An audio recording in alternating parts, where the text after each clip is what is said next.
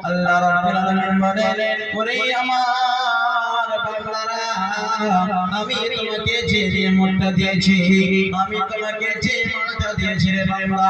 আমি তোমাকে যে মালগুলো দিয়েছি যে টাকা দিয়েছি যে পয়সা দিয়েছি ওই মালের মধ্যে ওই টাকার মধ্যে তুমি দিয়ে আমার আল্লাহর শুকরিয়া আদা করো লাযিদান্নাকুম আমি আল্লাহ তোমাকে বেশি বেশি করে দান করব ওয়ালা ইয়াগফির তোমার বান্দারে তুমি যদি আমার নাশুকরি করো ইন্না আযাবিল শাদীদ তোমাকে আমি আযাব দিয়ে হালাক করে দেব বরবাদ করে দেব তোমাকে আমি কোন মন থেকে ধ্বংস করে দেব তুমি আমি জানতে পারবে না বনি ইসরাঈলের মধ্যে তিনটা মানুষ ছিল ভাই বনি ইসরাঈলের মধ্যে তিনটা মানুষ ছিল মাশাআল্লাহ জাযাকাল্লাহ আল্লাহ গো দাদু আমার